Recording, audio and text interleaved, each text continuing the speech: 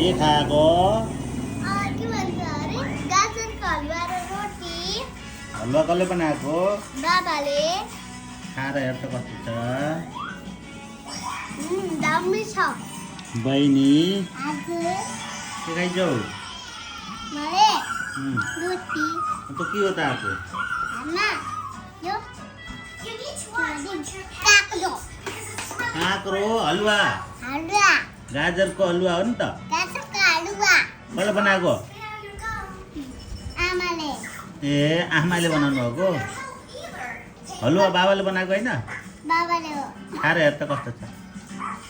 खाएर हेर खाएर हेर त